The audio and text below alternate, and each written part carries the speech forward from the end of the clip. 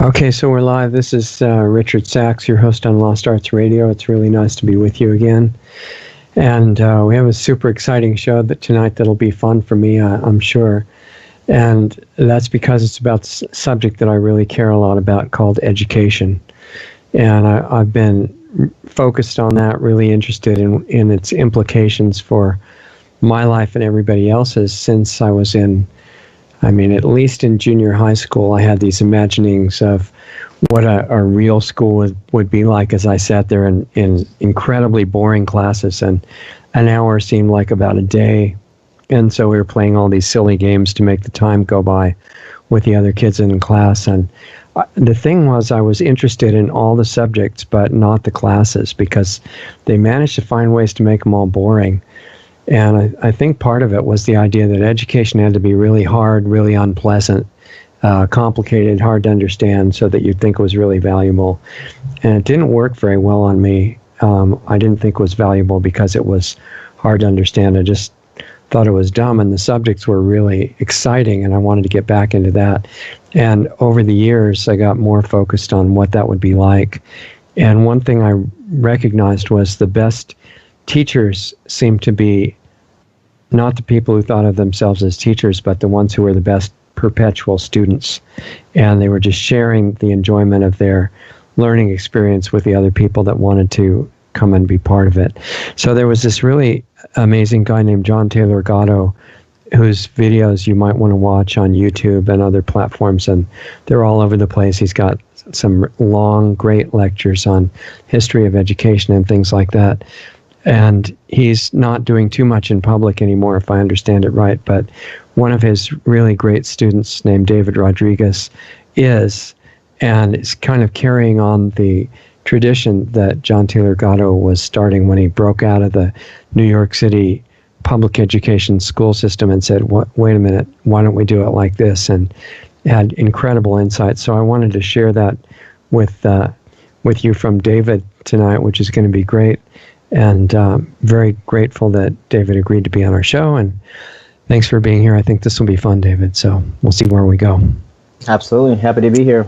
Yeah. So I think the way that I'd like to start it, if it's okay with you, is go back before you got involved in all this stuff and before you even knew that you wanted to be focusing on educational work, and how you came to that, from whatever earlier point in your life you'd like to step forward so that it makes sense, and introduce people to who you are on a personal level, and then we'll get into the current work, and we'll talk about John too also.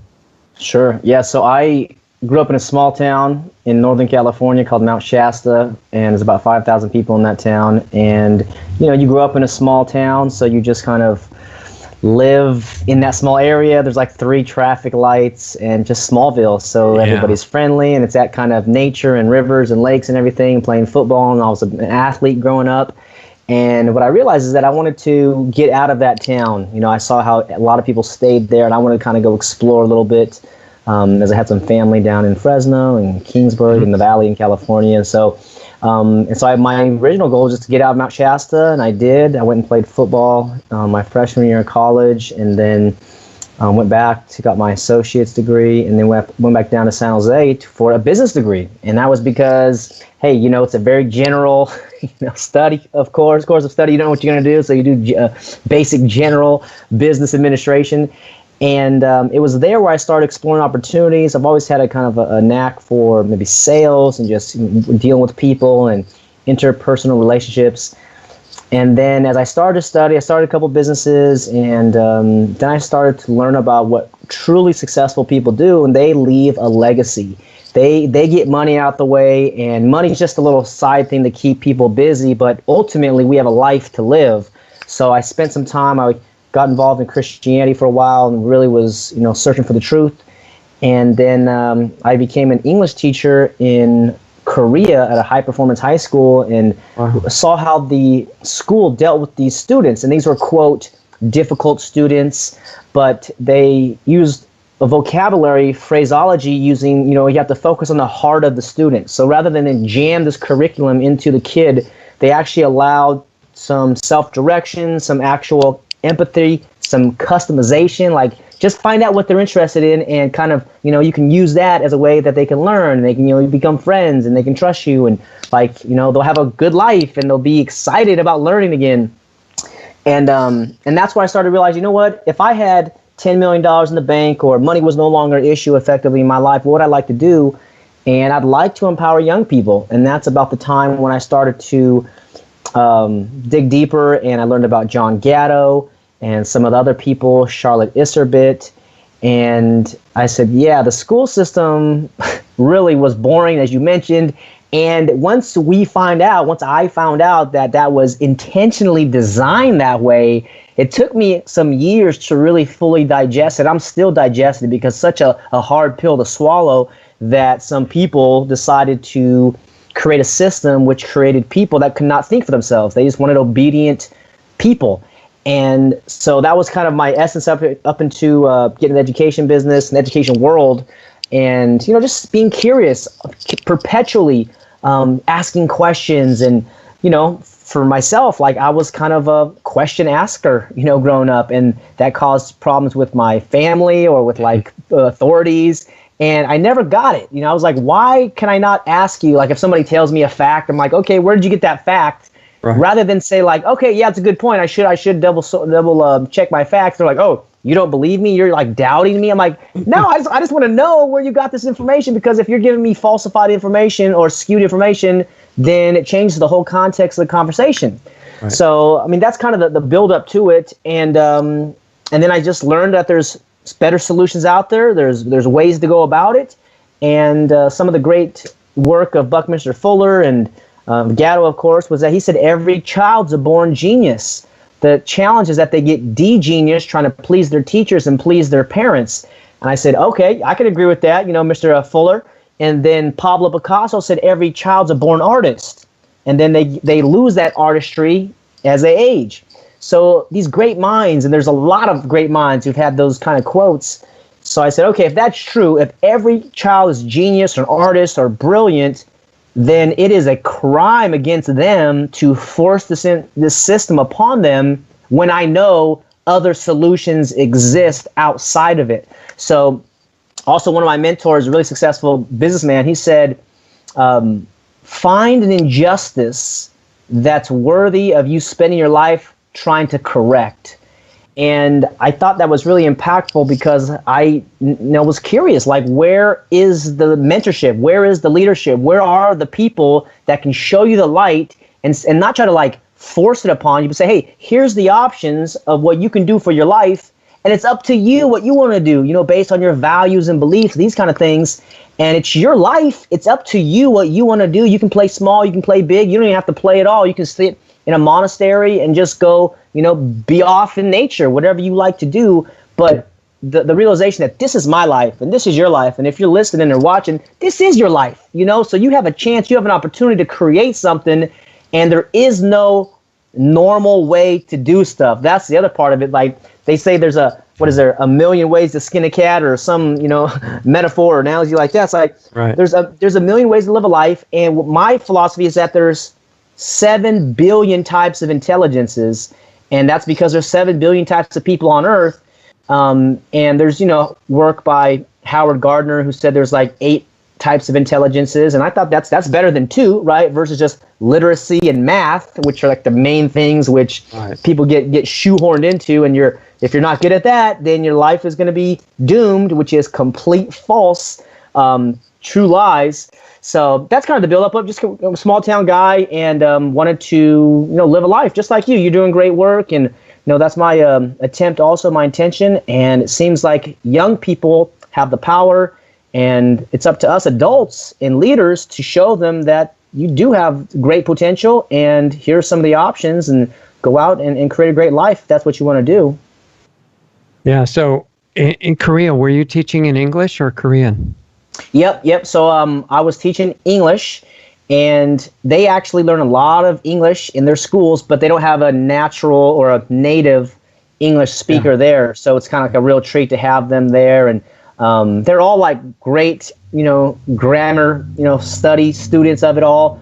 but actually having the freedom. And I don't know if you've studied other languages. I learned a little bit of Korean. I speak more Spanish than Korean. But just after you learn the book, then when you actually get dropped out on the street or you're speaking to a native, again, this self-conscious, this fear of making mistakes, again, coming from schools, in my opinion, but it's you feel like you're going to be judged or you're going to be thought of less if you make mistakes in speaking another language, and that's not the case either. But yeah, I was teaching them in English, and it was really an amazing experience over there. Wow. So how long did you do that? Until what year? It was about, it was 2008 to 2009, so it was about a little less than a year. Okay. And then what happened after that? Okay, after that, I got recruited into a biotech company because the chairman of this nonprofit and this youth leadership organization, he said, "What are you doing out here in Korea?" And I said, I sold my business back in San Jose, and I just wanted to explore and seek truth and find out what's going on. And he said, "Okay, well, you want to go to New York?" And I was like, "Okay, what's in New York?" He said, "Well, we need an English speaker out there for the biotech company." I was like, "Okay," and that was like 4 or 5 months after I'd been in Korea. So he's like, "Yeah, we'll get you ready." And the next year, I went to New York working with this biotech firm dealing with plant stem cell technology, really exciting technology. I was in New York for about 4 months, and then the company was having trouble, and they sent me back to San Mateo, and I was out here. And then I started just to kind of realize what I want to do with my life. I mean, there's still pursuit of truth and, forgiveness, great things in Christianity, but I just didn't feel like it was truly empowering me. I think there was another agenda to use my life force for whatever agenda it was, and it wasn't like bad people, but the Bible itself has some questionable things in there that I couldn't put my life on. I'm looking to put my life on something that's rock solid, as it says in the Bible, built instead of versus a foundation of sand, a foundation of rock, and that was empowering people and understanding the goodness of children and all the great things they can do, the creativity, the resourcefulness, the persistence, the sincerity. I could really get excited about living a life like that, to empower those people and not trying to convert people to save them from eternal hellfire and these kind of things. But actually just, hey, you're free. You can pursue it if you want. And there's no agenda that I have. I just want you to be happy, fulfilled, because this world is in need of inspired leaders and integral people. And young people, they want to do that. Young people, they want to be useful. They want to have meaning and purpose in their life. And if we can help them realize that at a young age, they're going to be doing great things.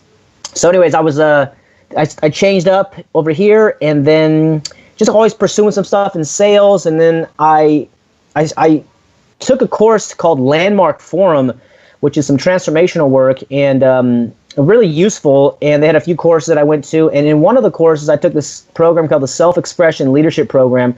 Really empowered me to do a project for 4 months, and they would support me and give me some guidance and coaching.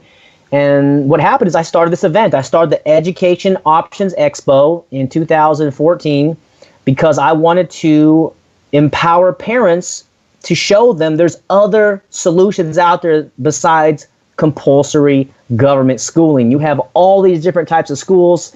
And so I did that for a few years here in San Jose. That's when I started my YouTube channel, put up some of the speeches, inviting speakers from around the country to come and share the respectful models of learning that they have.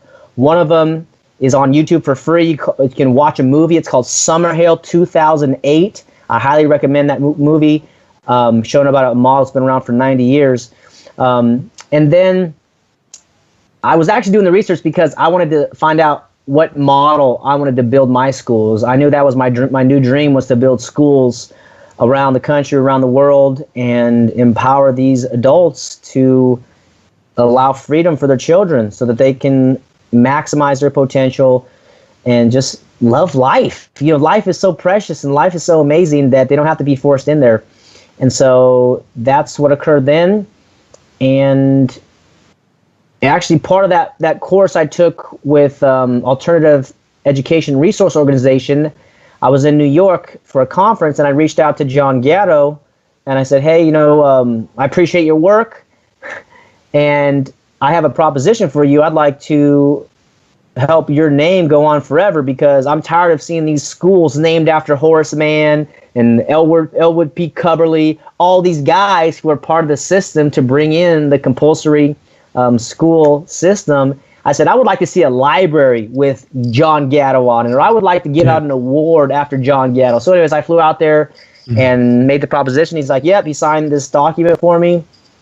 And then his wife asked me to republish to publish a new book. And I was like, okay, let me think about it. And I got back to him a few weeks later, and I said, okay, I'll do it. And they said, we were thinking about it. We don't want you to publish a new book. We want you to republish his life's work, The Underground History of American Education. And I said, oh, well, that's an honor and a opportunity and a privilege and a challenge. So and that was in 2014, and then we got it finalized in 2015. I just released volume 1 of that book in 2017, and we're going to have 2 more volumes on that. And then, so that's kind of going simultaneously with what's going on with the Education Options Expo. There's another legend out here called Wes Beach. He started at the Beach High School, and what he does is he graduates students early. And I said, Wes, how long have you been doing this? 25 years. Wow, how many students have you graduated? 1,500 students. And how are your students doing? He hands me 2 books. I said, great, I read the books that he wrote and documented the success of his students. So he's a huge inspiration also to effectively what my philosophy now is, my Valor Academy. I'm the principal of this virtual school, which focuses on apprenticeships. Valor Academy says the world is the classroom, and anything you can learn from can be a teacher. So rather than just limiting it to buildings primarily, I mean, you can go to nature, and nature has a lot to teach us, and the ocean and rivers and all these untapped resources, local businesses, and just so much opportunity to learn. And so I interviewed him as well. His interview is on my channel, Education Options TV, and just kind of get clear on the direction I'm going. And that's kind of a little bit about where we're at now, and basically doing various events around the country. I spoke at Dana Martin's event. Dana Martin's a great radical unschool champion for decades. Right. I spoke at her conference in May in New Hampshire, and in Acapulco in February. Jeff Berwick's a phenomenal conference there. And now I have a homeschool leader training workshop in North Carolina in about 2 or 3 weeks. I'm flying out there. So just wherever the opportunities come, to share some of these insights, what we're going to share, on the show today, because people feel something's wrong with the school system and they don't know what to do. And so John Gatto thankfully dedicated his life to uncovering the mysteries of the school system and at the same time empowering his students.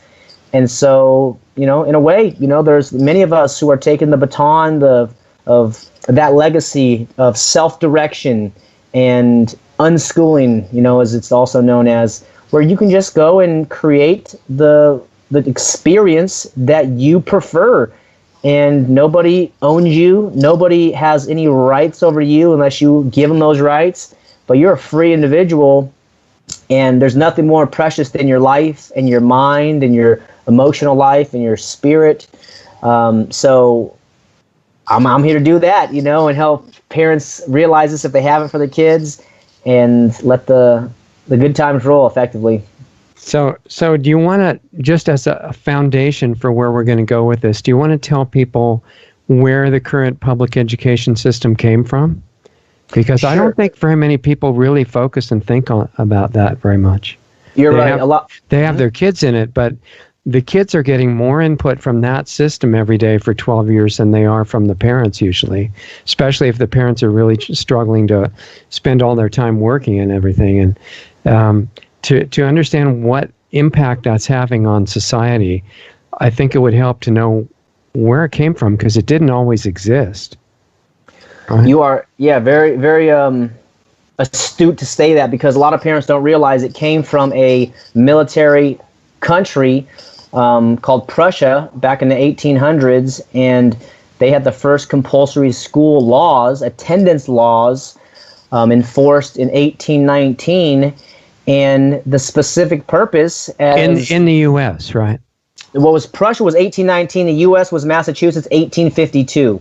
I got it. Okay. Yeah. So Horace Mann brought that idea over from Prussia, effectively Germany, and the reason the Prussians created this system is that they wanted obedient soldiers, because they had just lost a battle to Napoleon, the Battle of Jena, Jena, and after you lose a battle and you lose money, you lose men, you get together at the war room and you say, hey guys, what's going on? Why did we lose? And they said, we commanded the soldiers to walk straight into the bullets, and they wouldn't walk into the bullets. So it's like, okay, so we got to figure out the system. And that's what they said. They want to create a system of schooling that trains the kids to not even be able to imagine to do anything other than what their school teacher would approve of. And so now, at that point, they were able to walk in a line straight into bullets firing, because now they've been trained, they've been drilled, and it was that 12 years of school that allowed that to be drilled into them. So that's what Gatto is so valuable for, in my opinion, among many things, to reveal that the root of this issue is the compulsory part of schooling. So just for your listeners and viewers, Gatto's not against schools. I'm not against schools. We are for voluntary attendance schools, but we're not for compulsory attendance schools. There's no other organization where you mandate attendance. So that's where it came from, early Prussia, and then 1852 in Massachusetts, and every few years it was passing, and it didn't get all 50 states, I think, until it was like 1920, 1922. So it wasn't this great, amazing gift to humanity that everybody's on board and say, yeah, bring compulsory schooling to my state. No, there was resistance. They had to force kids to go to school under bayonet in Boston because the parents were resisting. So that's the crux of the matter, is mandatory attendance, and that's how they get their money. So it is a business. It's so before the mandatory education, which it sounds like was passed into law state by state by state, and it brings to mind, all right, what kind of organization did they have pushing it in every state? How are those coordinated? But before that, the current understanding is, instead of saying, we're going to force your kids to go to school, we're going to say, instead, we're going to have free education for all the kids. Yeah, you're not allowed to not take it, but it's this wonderful gift we're giving you. And it makes people think that before that started in all the states, which most people can't imagine now, the kids must just have been terrible and all really stupid and not know anything and stuff like that. What was it like before compulsory education in the U.S.? How did the kids grow up and learn things? Yeah, you can take a look at Alexis de Tocqueville, Democracy in America, that book that he wrote, but literacy was actually very high. So, there was freedom, there was religious freedom, you could read the Bible, there was a very popular piece of literature and work that people were reading, and it was an agrarian society, and this is what we should all be reminded of. The American dream is not being rich financially, it's being free. It's having liberty to do as you wish, and then to have your own independent livelihood. So you don't have to become this multimillionaire, but if you're able to set your own schedule, whether you're a cobbler, blacksmith, a farmer, a chef, a baker, whatever you do back in those days, you set your own schedule. You're not a serf, you're not an indentured servant or a slave. You choose your schedule and you live your life, and you have babies if you want, and build a family and get some land and plant some crops, and you live, freely. And that's what the American dream was, to come out here, get some land, it was dirt cheap, and build a life that, you can hopefully have your kids be, better or in a better place, when you pass away. But that was actually real national security in a lot of different ways too, right? Because everything was being produced right there. There wasn't another country that became a bottleneck in supplying some vital material that could then dictate policy to the government or something. It was all literally in the hands of the people because they were producing everything that was needed. Correct. That philosophy that the people could, be the ones that basically the country belonged to doesn't really mean anything unless they produce what they need. That's right. And then we were taught that that's inefficient, and we should have almost nobody involved in farming and manufacturing anything. Yes, that's true. The self-reliance aspect of American life in those years was significant. If you didn't build it, there was nobody to build it for you. There was no government welfare because it was just land. It was just, bare land. So if you wanted something, you better build it. Yeah. And so that creates that persistent, that strong will, the desire to help your neighbors out, to trade, to barter, because I can help you, you can help me. There isn't this giant organization which is stealing money in the form of taxes from other people and saying, yeah, we're going to dish it out, take it from these people and give it to these people. Well, there were no income taxes before 1913, right? Right. And the government was, in fact, building Washington, D.C. and everything was accomplished without any income tax. And the government was making money from trade tariffs, if I understand correctly. Mm-hmm. Which actually helped everybody in the country, because if it was cheaper or at least equal to buy something that was produced locally, then that created this huge self-sufficiency and people had skills to make everything. Now the skill is to go do what you're told, more or less, right? That's right. And all the good jobs are in destroying the world more, for the most part. That's right. People have been so confused now, Richard. They're chasing money and they forgot about love. They forgot about courage. They forgot about empathy, patience, harmonious relationships, these things which you cannot put a price tag on. And a lot of it has to do with compulsory schooling, where for 12 years they confuse the children and instill statist type values from the U.S. and the local city, county, and they basically take the loyalty, the natural loyalty your child has to you as a parent, and then they shift that to the state. And we can talk about it later on, but it's like in other like Soviet Russia, they turn the kids against the parents. So it's like, oh, if your parents aren't supporting the czar, then you have to rat on your parents. Sounds like now. Yep. In America, anyway. Yeah. That's probably the direction it's going. And you and I spoke a little bit about this, but dissenting voices are not allowed. And as a little side note, I do have some Vietnamese friends. I have some Chinese friends. And in two separate conversations, I was asking about their countries. I said, so, are you guys allowed to get together and gather for religious reasons? And they said, yeah, we can gather like 3 or 4 people, but we cannot talk about the government. If we get together with like 4 people talk about the government, then, we can be arrested. Where was this? Who was telling you this? This is 2 friends I had some years ago. One was from Vietnam. One was from China. Yeah, got it. Okay. That's certainly true now. So that's what's happening now. That's what this, the NSA and all these programs that Edward Snowden released and Bill Binney, these NSA whistleblowers, and they want you to be in fear. And so the cure is just be absolutely courageous. And there's a great video also by Larkin Rose called The Tiny Dot, which just shows how we outnumber these people that think they're superior than us by like 1,000 to 1. We far outnumber them. So it's really just galvanizing ourselves, locking arms with each other and saying, hey, I got your back, you got my back, and being courageous because, we're not going to be rats. We understand we own our life, we own our body, and the state is the bully. The people that are stealing our money, the people that are forcing us to do stuff, those guys are the bullies, not people that are trying to raise crops in their front yard. Like in LA, you can get fined for having a garden in your front yard. It's like, this is insane, man. People have gotten arrested for giving food to homeless people and stuff like that now, too. They didn't have permits, That's right. Gathering rainwater. Yeah. Exactly. Who do you guys think you are? So we're going to turn it around with the next generation, I believe, Richard. And, I'm excited to, get into some of that. And, let parents know that it's not just the curriculum, because you might have heard the buzz about the curriculum, Common Core curriculum, the last 5-8 years, funded by the Bill and Melinda Gates Foundation and Common Core math and all these just terrible ways to compute math and these things. So that is true. The new curriculum is terrible. However, that's just a symptom of the problem. That's just the fruit.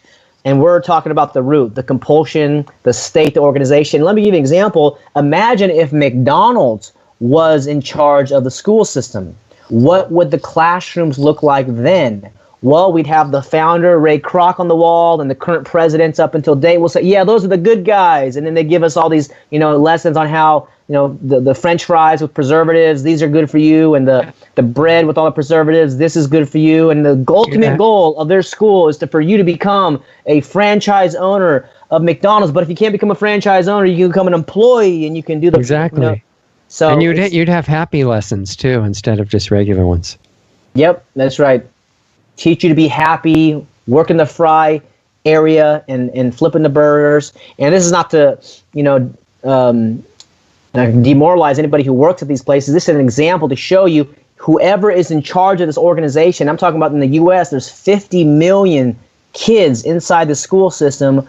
Globally, it's estimated at 600 million kids. So just in the U.S., in California, I think it's about 6 million kids. So if you're in charge of that many young people and you can determine what type of content goes inside their mind, you can shift society. And that's what they're doing. They have these giant plans for a global government. They want to rule everybody. They want to, chip everybody. And it's like, I'm not going to sit around and watch you guys do this. We have the internet, and there's courageous people out there like yourself and John Gatto, Jeff Berwick and Larkin Rose, and these guys who I respect that are speaking truth, regardless of what the consequences are, because we're free humans, and humanity is what matters. People, what matters. Earth, even. Plants and vegetables. Yeah, for sure. Two questions that come up right away with the practical application of what you're talking about. You're talking about kids mostly from K through 12, right? That's right now what you're looking at, because that's the most compulsory part. And they're trying to extend that downward into preschool and have compulsory free preschool, so you don't get any radical ideas before you're learning to talk and stuff like that. So the question is, first of all, when you're trying to present these ideas of a really different kind of education, how much resistance do you get from the parents of the kids? Well, it depends on how much personal research they've done. And if they've done none, then I have to be a little bit kind of more gentle. And my mother actually is a retired school teacher, and I have family members who are in the school system now as teachers and principals. So definitely makes for interesting family reunions, and I love these people. You know what I mean? I want to let them know it's not you who is like the bad guy. It's the system of coercion. It's an institution. So in terms of communicating, I rest my hat, the foundation, on the mandatory attendance part.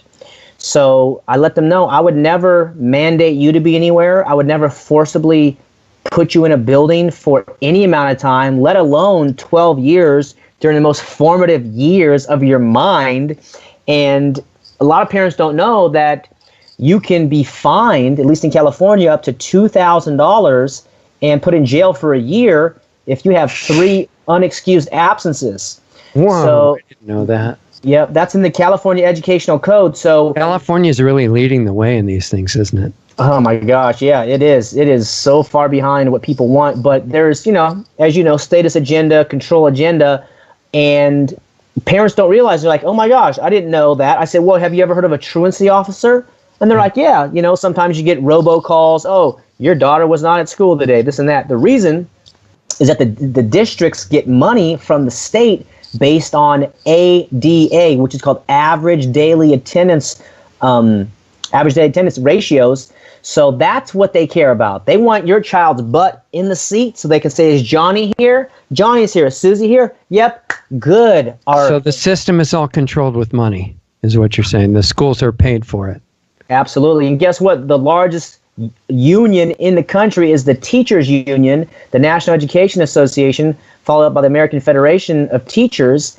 And if you ever seen any of the documentaries of what happens when, let's say, a ambitious young person comes through and says, hey, I'm going to change the school system. Well, they have to go through the teachers union. They say, nope, we like it. We need our pensions, where we need higher wages. And they basically bargain all these things based on a compulsory system. So, hey, I believe if you want to unionize in a voluntary way, that's fine. But you are forcing kids to be there, and then on the other side of it, you're forcing homeowners in that local county to pay for it through property taxes. And this is like just this incredibly complex and sophisticated system where now you have all these financial interests that nobody wants to give up anything. Well, what about the teacher's pension? What about us? Well, I thought this is about the kids. Isn't this about the kids? Well, they say that on the outside, many of them, but even if you look at the undercover reports of Veritas, that's Veritas, he found these teachers, many of them don't care. And these book publishers, it's just about the money. So it is a huge financial system, over $600 billion in the U.S. in the K-12 public system. Well, so if you're in danger of going to jail, if your kid doesn't go to school, how are you telling people they could deal with that if they don't like the kid being in school? So in some ways, you got to play the game, right? Because the state is the bully. They're the mafia, in my opinion, in their tactics. So homeschooling is legal in every country right now. So you go to your local homeschool association. You say, okay, what do I have to do? I mentioned North Carolina. North Carolina has pretty strict rules. But basically, you got to file this piece of paper that says, okay, here's the name of my homeschool. I'm the administrator. You got to send them a copy of your high school diploma, your GED, and you have to keep attendance records, and you have to keep an instruction plan. But how West Beach has been doing the last 25 years in California, God bless him, he lets the people know, my school, Beach High School, just like Valor Academy, the attendance policy is that the world's a classroom, so they're always in class. And the curriculum is whatever they decide that they're interested in, that's the curriculum. So he kind of puts it in that framework, and he said, no one's ever come to my home and said, okay, let's see your attendance records, let's see your curriculum. It's basically a lot of mind control to trick the people that you have to obey us because we're the state and we're superior than you. Whereas, back in the day, the government would fear the people. Now people fear the government. So that's the reason we're under tyranny in some ways, pretty abundantly. But so you do want to play the game at some degrees. But at some point, like California with forced vaccines, at what point do you say, okay, the government says I cannot have a religious exemption, I cannot have a personal exemption, I cannot have a belief exemption. The only exemption is a doctor exemption. It's like, forget that, man. This is my baby. This is my child. They also make it extremely unlikely that a doctor would ever give you the exemption because they can lose their insurance, ultimately maybe even their medical license if they start endangering humanity by giving exemptions. So yeah, it's pretty tight. But and they tried to make that in California cover homeschooling too, and they didn't quite get it yet. But they are going to do whatever they can to stamp out homeschooling, and they're going to have trouble. Homeschoolers are fierce. They're passionate. They realize what's going on, and it might be too late for them because they let homeschooling go on for the last 2 decades or so, 3 decades, letting everything become legal. And it's like kind of the genie's out of the bottle in some sense, especially with the internet. So there's all these testimonials, all these successful examples of people who've actually made it through without traditional forced schooling, through the homeschooling pathway. But I think at some point they're going to try to clamp down on homeschooling, and it's just not going to work. They're going to try to use fear and the media. Yeah. But however, some people are getting kicked off YouTube, getting kicked off Twitter, so they're getting their free speech. This is a big issue right now. The censorship on social media is really intense. There are thousands of people losing their channels, and Google and other search engines that are allied with it have become not search engines but indoctrination machines. And it's getting really intense. In fact, literal book burning started a couple days before we're having this show, and Amazon is starting to ban large numbers of books that are not acceptable, just kicking them off Amazon. So that's just started. I thought pretty interesting. Yep. Yeah, that is very interesting, and I don't know how they're going to do it with archive.org or the Gutenberg Project, which are some kind of open source or some ways to store these digital books. But yeah, once you're the 800-pound gorilla or the 8,000-pound gorilla, you can do whatever you want, and Amazon is definitely that. So is Google, and so that's why it's quite alarming. So some of the hope that I have is that there's other technologists and visionary techno entrepreneurs, crypto techno entrepreneurs who are looking to decentralize the internet. I just learned of a project called the Nexus Project, which they're trying to create this new infrastructure, decentralize a new internet that can't be shut down. That's very interesting, I find, and I'm learning about these things, but their plan is out. That's what I would say. Thanks to the work at tragedyandhope.com and Carol Quigley at Georgetown University, who revealed, the actual plans for these guys. And I don't think they planned on having the internet disrupt them in such a huge way. So that's why I think more than ever we got to speak our truth if we can.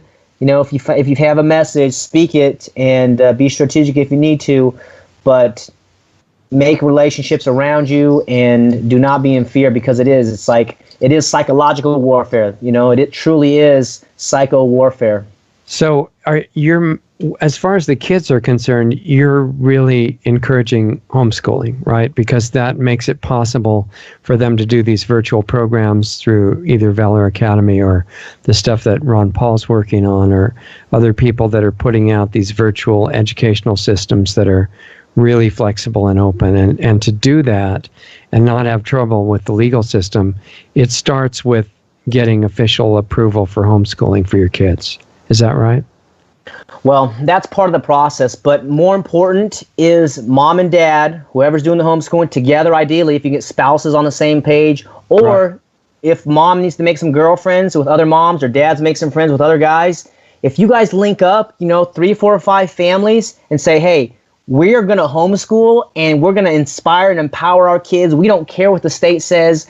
They're going to be basically unstoppable, because the state can only use so much resources to ruin one family's life. But if there's little groups, little pods of families out there, they can't do anything. They don't have enough resources to pay the cops, to pay the investigators, to pay all these, whoever it is, CPS, to go out there and enforce all this stuff. So it's all really changing the beliefs and the worldviews.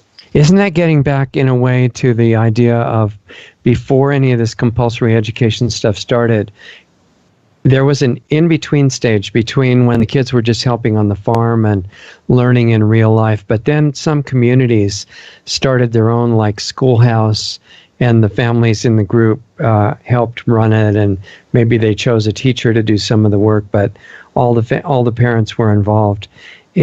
That was kind of an intermediate stage before the compulsory thing started. It was an actual school building, but it was kids of all ages together, and it was doing whatever the community thought was good for them. And it sounds like it's almost getting back to that, with a group of parents doing homeschooling. Maybe they don't have the one-room schoolhouse, but they've got, whatever they decide works for the group. Yeah, the one-room schoolhouse, where you have different ages mingling with each other. The 8-year-olds learn from the 12-year-olds, the 12-year-olds learn from the 16-year-olds. Yeah. And it's like this, we respect the people above us. And maybe not like the adults, but like the teenagers a few years above us. We're like, oh, what are those guys doing? And then under a voluntary environment, a safe atmosphere, it's like, oh, you're building this? I want to see. Okay, come on, you can come help. And it's that unifying energy.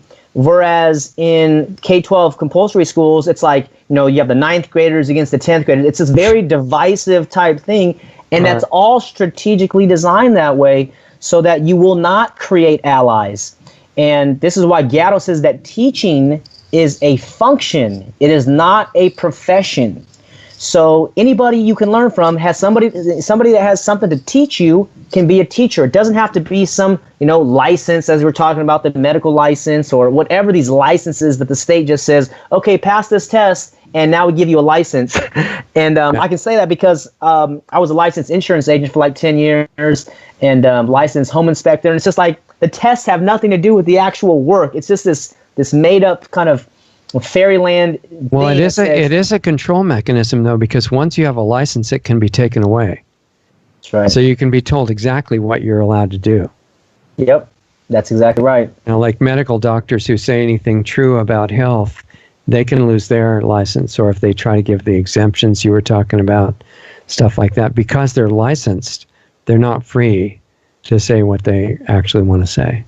Sure, yeah, and then they're part of the American Medical Association, and dentists part of the American Dentist Association and the California Association, and a lot of these are, funded by, Rockefellers back in the days as well, and they try to leverage it so that, they won't have homeopathic, naturopath type solutions. Mm-hmm. So in terms of like the first step for parents, I would say step one is you have to define what education means to you, because the politicians say, hey, everybody needs a quality education. We're like, yeah, I agree, everybody needs a quality education, but what is that? Is it a 4.0 GPA? Is it a perfect SAT score? Because I don't think it's those two. I think it's identifying your values that you want to live your life by, learning how to be courageous, learn how to express yourself, communicate, and all these things which lead to you creating a good life for yourself. So that's why I would say step one, mom and dad, identify what education means to you, and then identify what success means to you. If you want to get wealthy, then get wealthy. If you want to be, in a tent, fishing by the lake, and that's success for you, then do that. But do not let some stranger indoctrinate your child with some strange values that go against your own home values, your family values. And so if mom and dad can just get a few ideas there, mm-hmm. then do the paperwork, but then meet other parents. And so this is where mom and dad are going to this is why I do training with parents, because a lot of the work is through the parents. The kids get it. The 5-year-old, the 8-year-old, the 10-year-old, they're like, what do you want to do today? Let's do it all. You want to go to the library, the museum, outside, inside. They want to do it all. But mom and dad are like, ooh, what if Johnny, what if he doesn't diversify? What if he can't do algebra? What if he can't do, science? And they have all this schooling mentality that they got from 20 years ago that, of course, it was compulsory and it's not, irrelevant. And, in real life, maybe you can relate. Nobody's ever asked me to see my GPA or my transcript from high school. No one's asked to see my college degree. Nobody gives two bits about that. They want to know, are you a nice person? They want to know, are you a team player? Are you coachable? Are you humble? Do you learn to get better? Do you personal improvement? These kind of things, and a few other. But it's like nobody cares about these grades. So it may get you in the door for some level. Let's say you're a Harvard or Yale graduate. Oh, he's a Harvard, Yale. Let's give him an interview. But then if you're in a job interview or a whatever type of interview you're in for, then they see who you are. They see, okay, is this person, do they have, personal hobbies, social hobbies, these kind of things, or is it just paper? They just, they think they graduate from Harvard, so they think they're superior, and they're like, oh, better than everybody. Well, nobody wants to work with that guy. So that's what I would say with parents. Start there, redefine these things, and seek positive relationships with people in your state homeschooling association, neighborhoods, and try to be a nice neighbor, a good, friendly person. And it will take time. You have to unlearn some things before you can actually truly learn something. And this is something called deschooling. Deschooling is the gap from traditional forced schooling to unschooling or homeschooling, this period of freedom. And it's kind of like if you have a Pepsi or a drink, you shake it up. Well, if you open the cap, it's going to go psh, and it's going to go have all this pressure. So you just want to ease that cap off the metaphorical mind of your child and let all that pressure release. You're talking about for the kids or for the parents? Well, for the kids primarily, but for the parents too. I mean, the parents got the most difficult challenge because they were schooled through the compulsory school system, and now they're doing something different. They've never done homeschooling before, so they're really afraid. But in terms of the child, let's say the child's 10 years old, so they've been going to school for 4 years, and for 4 years, they've been told you got to study, you got to do homework, you got grades and all these things. And, you know, my niece was so like stressed out. She was like really like having a difficult time. A lot of children are. So you have to let them know, relax, you're not going to have tests, you're not going to have homeworks and quizzes. This is your life. We're going to learn. We'll have a good time. You know, hopefully you identify a dream the next few years. And if not, maybe take 10 years. You know, I didn't find my dream till I was in my late 20s because it wasn't money. You know, I thought it was money, but I had to get out of that mindset because I'm already wealthy. You know, another thing I tell parents is that if there was a rich man and he needed your eyeballs, let's say he's a blind man and he needs to purchase both of your eyeballs, how much are you going to sell both your eyeballs for? $1 million? No, 5 million, 10. And I increased the price, and I'm like, how about $1 billion? Would you sell both of your eyeballs for $1 billion? And they're thinking about it, and most people say no. I would say 99 people out of 100 say no. So I said, okay, in that situation, you have rejected $1 billion cash in order to keep your eyeballs. So that means in equity, you are a billionaire because value is subjective. Wow, that's really interesting. Beauty that's just for one part of your body, right? What about your ability to enjoy your life or to think outside the boxes, or, you know, there's more billions of dollars there, right? Hey, how about the joy of tasting a fresh strawberry or a fresh peach? I mean, that is like priceless. You would not sell your tongue for $1 billion. There was this little, one of the Disney movies, which in spite of what Disney has become, some of them are kind of interesting, and it was called The Little Mermaid, I think. And she lost her voice. She was a great singer, right? And this evil sorceress took her voice away. Right. And it was like that. There's no particular value that you can put on that stuff. That's exactly right. So this also is one of the reasons I named my school Valor Academy, because the root word of valor is value. And so I tell all my students and parents, your son or daughter is valuable now. They're already valuable. And I share some of these stories with them. So they don't need to do anything. They're going to pass a test. They might got to jump through some hoop for the state. But in terms of me and you, Mom and Dad, I know they're brilliant. I know they're genius. So you have to believe that too. Or you don't have to. I would encourage you to open your mind and see the genius in them, because it is there. They say the average person uses 2% of their brain, and Einstein maybe used 5% of his brain. So it's like, what are we doing with all this extra brain capacity? We're just letting it sit there dormant.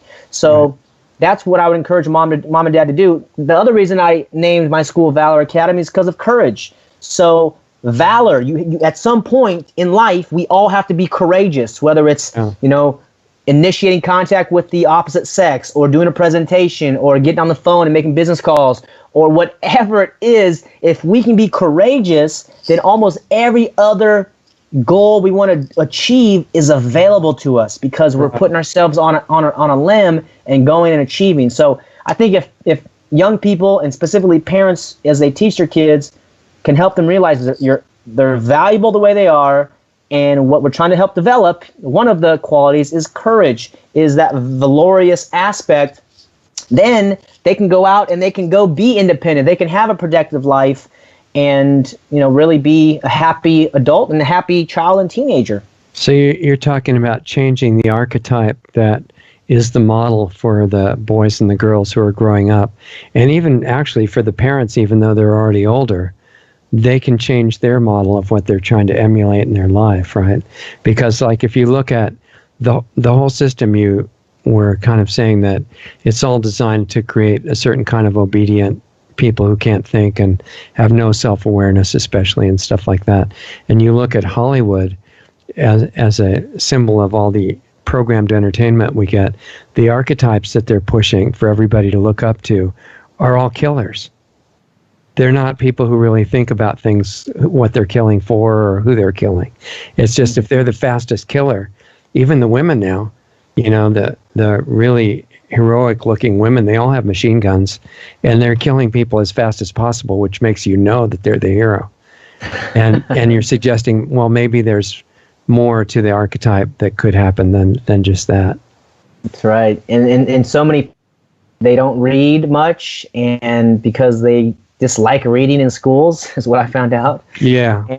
And so they just consume this content. And another point is that a lot of our values and beliefs and decisions are made by our subconscious mind.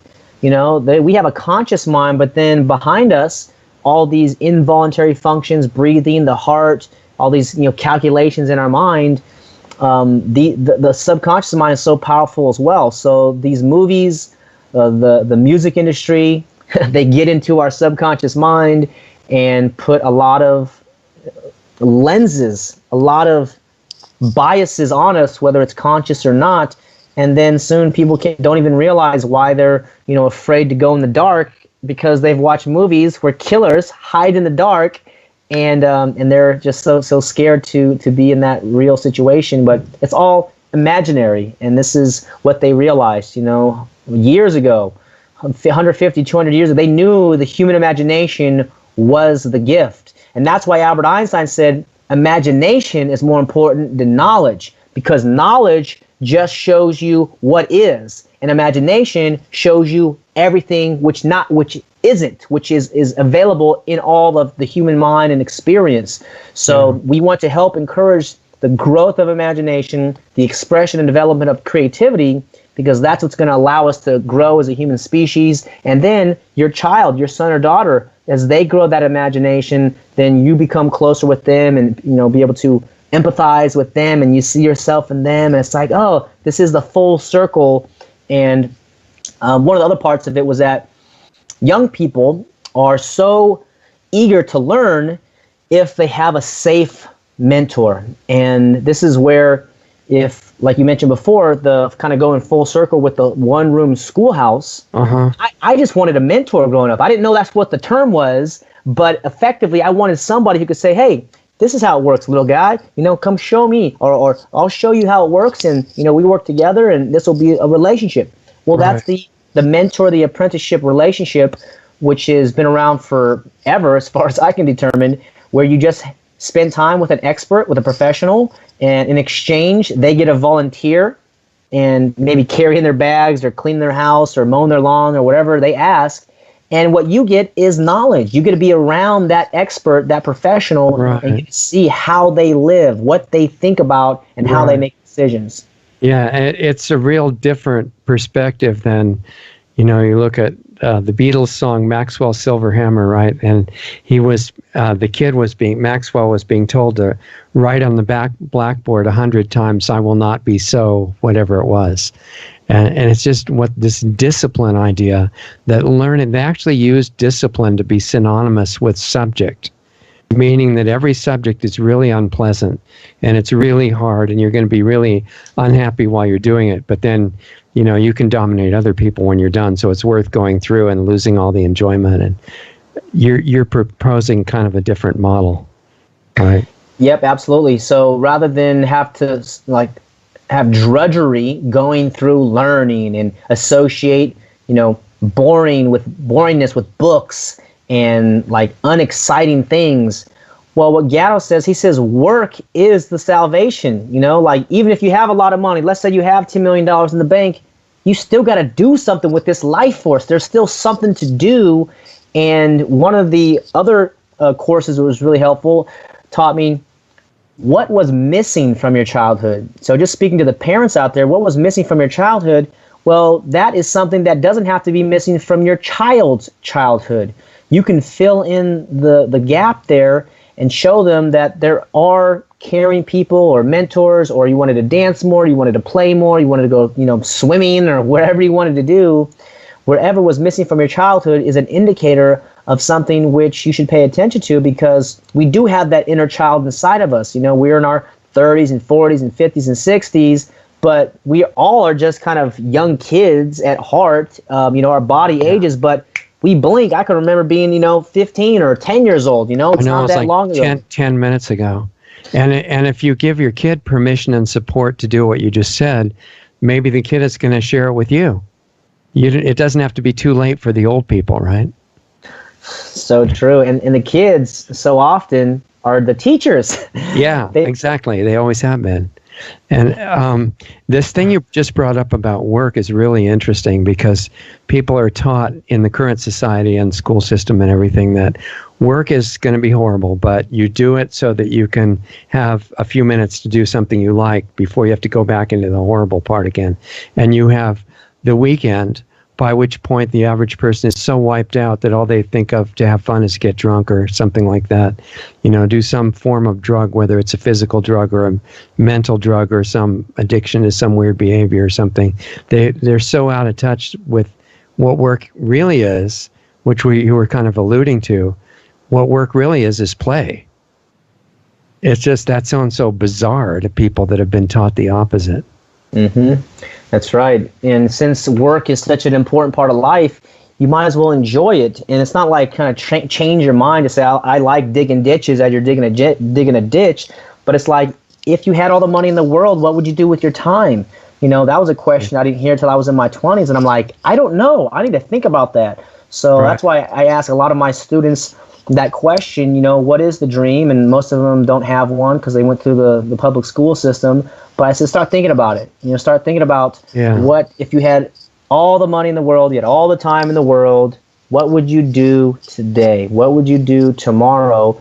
Because if you can find that joy of expression, that joy of relating, the joy of whatever it is, maybe it is building houses, maybe it is building something else or doing art or creating of some kind. Right. Then if you just keep doing that, in 5 years and 10 years, you'll be an expert. And then people will come to you and they'll say, wow, Richard, you're great in this area. I'd like to learn. You say, okay, there's a fee. I'll teach you how to do it. Here's my teaching fee. Right. And then you can make money. And even if you're starting, there's so much that this is tied to. One of the guests we had on recently brought up the statistic that in America, and it's probably true in a lot of other places, especially westernized countries, but other places too, that 90-some% of the people in America hate their jobs, the ones that are working. And the ones that are dependent on the government, they have other things that they're unhappy with. And that's killing their incentive too. But even if you're starting digging the ditch or working in the cubicle office or whatever you're doing, if you change the attitude, it leads to other kinds of changes and things coming up that you didn't know were possible, I suspect, right? Mm-hmm. You may not be trapped there permanently, but so that the person in a job they don't like can start by realizing what they are free to do, which is change their attitude. And that's going to make them feel different instantly. But on the other side, I'd like to see some assistance that we could put together somehow to not change the idea of the free market, doing whatever you want to make your living and stuff like that, but somehow connect the money to projects that are really good, that help yourself, other people, the ecosystem around you, which is the life support system. And I want to see large amounts of money get connected with projects that are really great. And whatever we can come up with for that, I think would be, a way to further what you're saying so that it's not just a few people getting it, but I don't want to see the vast majority of adults hating what they're doing for work. So, I don't either. Yeah, I think if you're happy doing what you're doing, then you're going to give out better energy. You're going to be joyful and give, other people, happiness. And unfortunately, people, they don't know it exists, right? They don't know that you can follow your passion. You can do what you love and make money because of what they learned in the school systems. However, there is communities that are growing, and Anarchapulco is one of them. This year, there's going to be over 3,000 people down there, and I was there at the first one, 150 people. But there's, Bitcoin, there's other cryptocurrencies and blockchain technologies which create wealth. And there's even a website called steemit.com. That's STEEMIT.com. You can write articles. And if people like it, for example, like on Facebook, you get likes and comments, Steemit, right. You get cryptocurrency. You actually get paid for writing a good article or making a good video. and then you can convert that into Bitcoin, spend Bitcoin, or convert that into cash. So there are these exciting technologies. So we really are living during amazing transformational times with the internet, with cryptocurrencies, the blockchain technology in general, which can't be shut down. And one of the speeches I heard from Jeffrey Tucker, he said the blockchain is a new type of property. It's not private property and it's not public property. It's this kind of mixture between, because when you have information on the blockchain, it's in the public domain. It's visible for everybody to see, but nobody can take it away. So it's this new type of property, and he said it's going to change the way we do stuff. We're not going to need the third party. I think, that's why the government comes in, because they're the neutral third party when it comes to escrow or the police or the courts, right? All these coercive, violent gangs of thugs and just institutionalized violence. So then you'll start to see solutions arise that are on the blockchain, which is a public domain, and how Bitcoin gets rid of the bank. Because if I want to send you some Bitcoin, I just say, hey, Richard, what's your wallet address? I scan the QR code and I send it to you. It didn't go through Bank of America. It didn't go through Chase. It didn't go through these banks. It went directly to you. So I think the crypto space is really untapped, I think, still with capital and looking for good ideas. So I'm exploring that also. And, I think maybe in the future that'll be one of the funding sources if I choose to take on capital for, the scaling up of my schools and my educational business, because they want to help. They truly want to help get people free from the schools and from this prison or slave system, as it seems to be. So you mentioned Anarchapulco. What is that, and why don't you tell people your understanding of what anarchy is, because I assume anarchy is connected to Anarchapulco, and most people see anarchy as the crazy people in black costumes that go blowing up stores and stuff like that. So what are those two things, anarchy and Anarchapulco? What's it about? Yeah, so anarchy goes to the Greek word, which is anarch, which is without rulers. So all anarchy is, we just don't want a ruler. I don't want to be ruled. I don't think you want to be ruled. And I think the more accurate term or less emotionally charged term is voluntarism. So it's just voluntarism, and it's just based on voluntary relationships. We're not going to force you to do anything. Don't force us to do anything. You're not my ruler. I'm not your ruler. That's really what it is. Everything's based on voluntary relationships. There's a principle called the non-aggression principle. I won't aggress against you. You won't aggress against me or my property. And the only reason violence is justified or accepted is if it's in self-defense. Mm-hmm. So other than that, we'll have verbal contracts. If we want to engage in business or engage in some kind of relationship, we can have verbal contracts, or we can have a written contract. In the contract, we can list out the conflict resolution. We can put out, if we get in a dispute about this agreement, then we can have this third party, and it doesn't have to involve the government at all. So this is why the word anarchy, in my view, is the kryptonite to the state. It's the Achilles heel to that mafia of thugs, because that's why they associate anarchy with chaos. So it's always anarchy and chaos. But in reality, anarchy is just no rulers. So they say, oh, you have to have rulers or else there's going to be chaos. Anarchapulco is an event that's been around since 2015, and it's just about coming together to talk about peaceful solutions to these problems. And the first year, I'll never forget, I've gone each year since it started.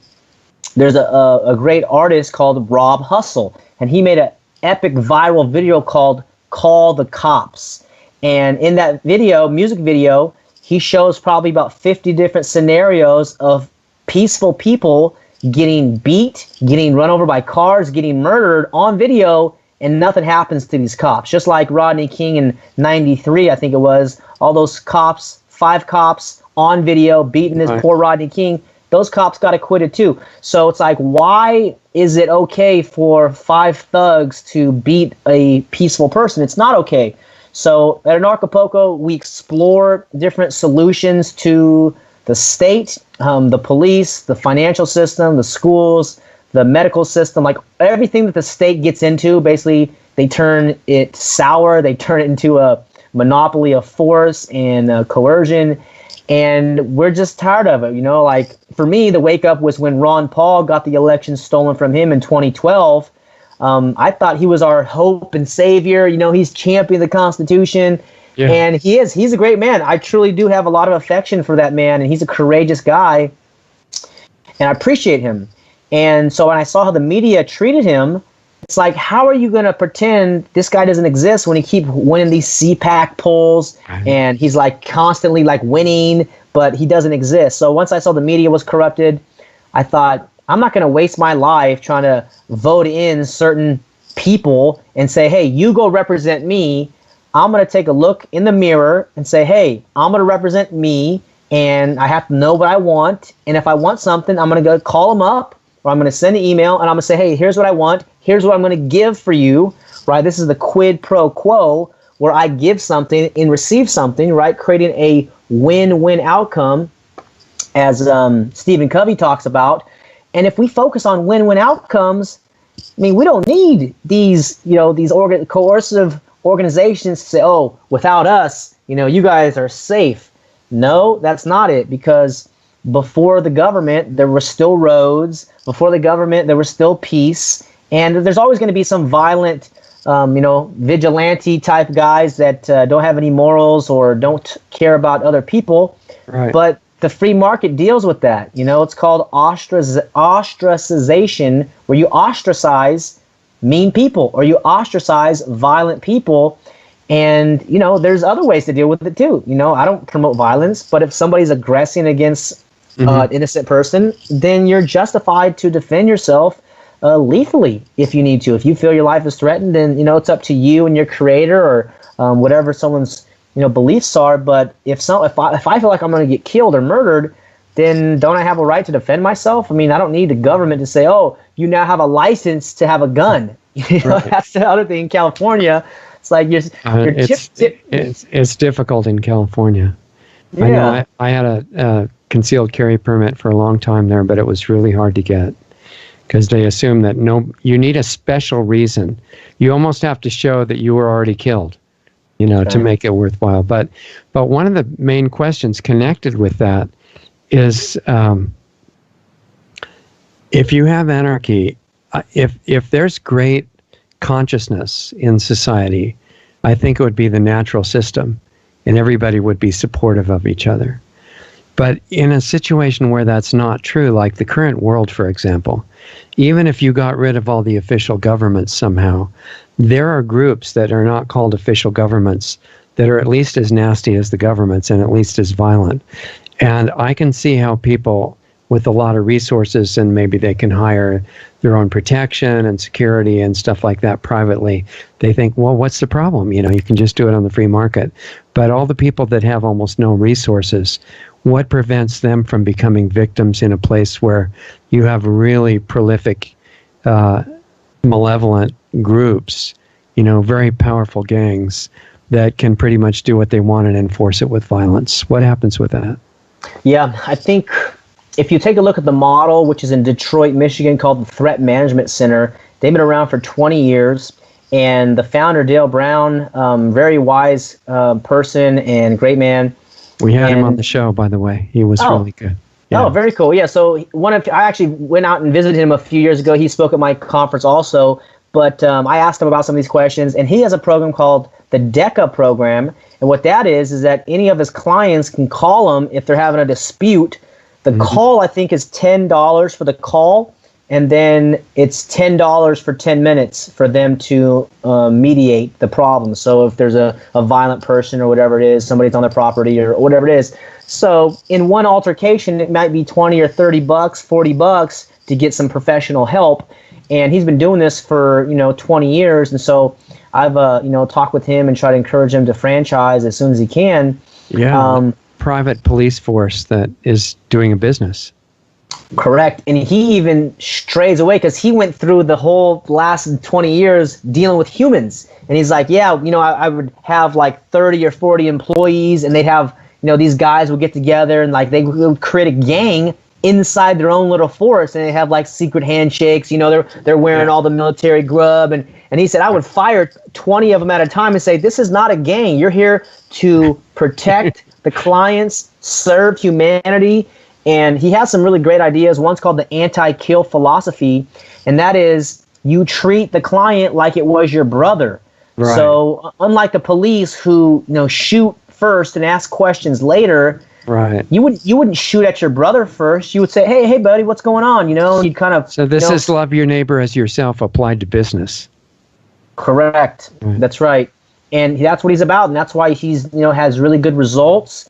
And he has a boat. He's got motorcycles, Hummers, but a lot of it is kind of imaging and branding, kind of setting that strong image. But deep down, you know, he's a really kind, loving guy. You know, if you allow me to say that about you, Dale, like he's really a nice human. I think he is. Yeah.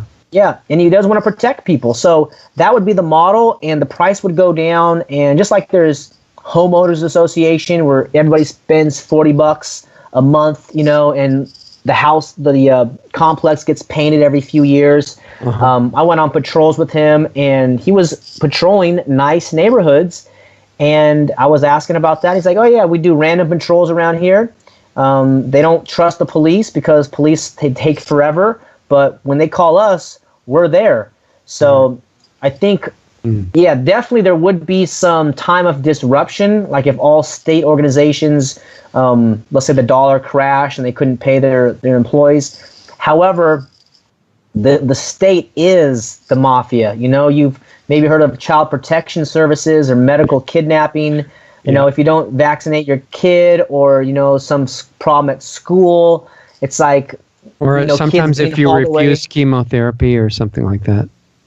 That's right. Yeah, we don't want to put poison in our child because they're sick. We want to use maybe CBD oil or some other method. There's hundreds of methods out there, you know, according to Dr. Leonard Coldwell, I think his name is. All these different cancer cures out there, and so they are the mafia. That's the problem. And one of the key points is that if the police come after you, you basically just put your hands up, because if you make a quick move, these guys are trained to kill you, and they can have it on video, as that music video depicts.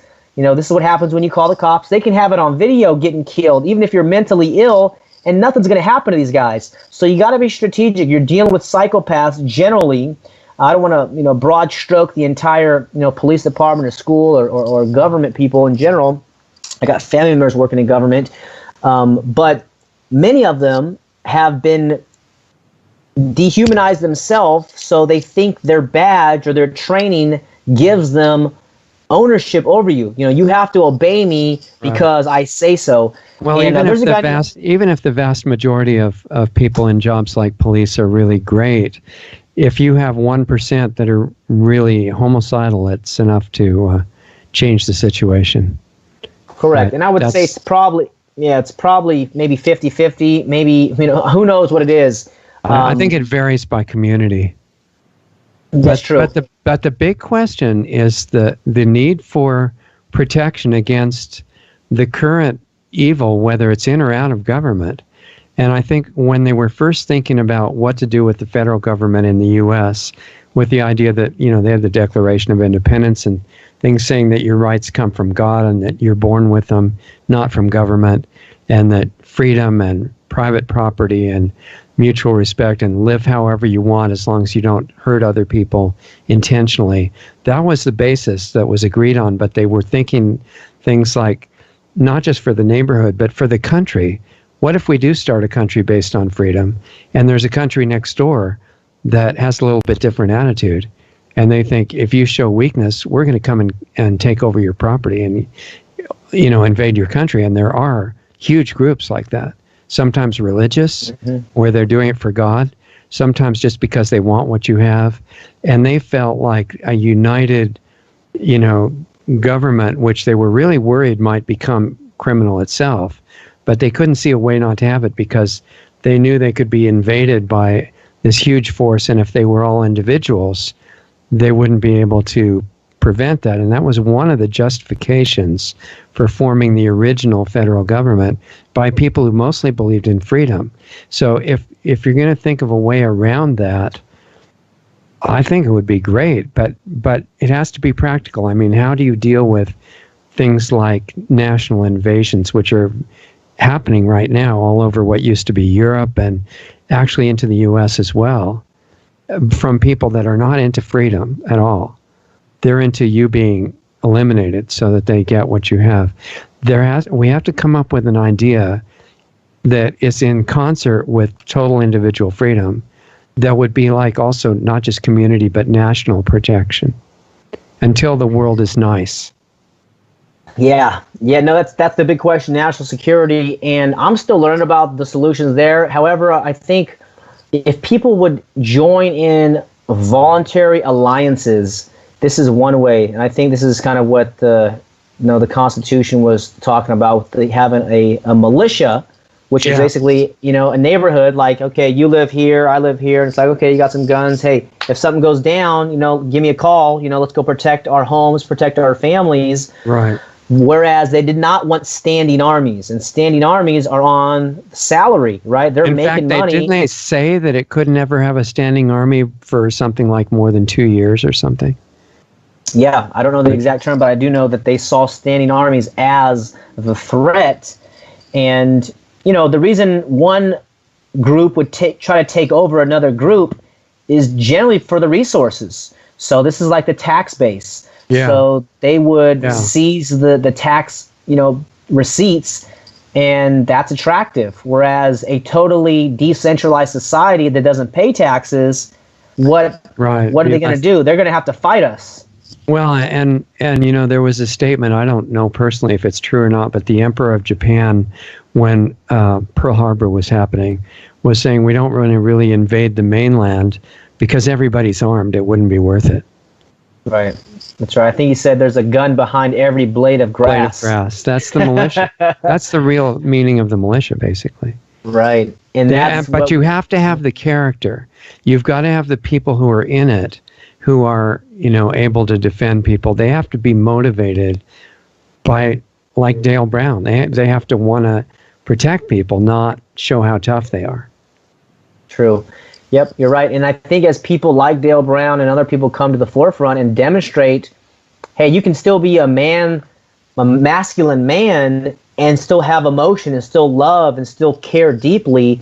Right. Again, you go into the archetype of these superheroes of, they take bullets and they don't feel and they don't have any fears or worries.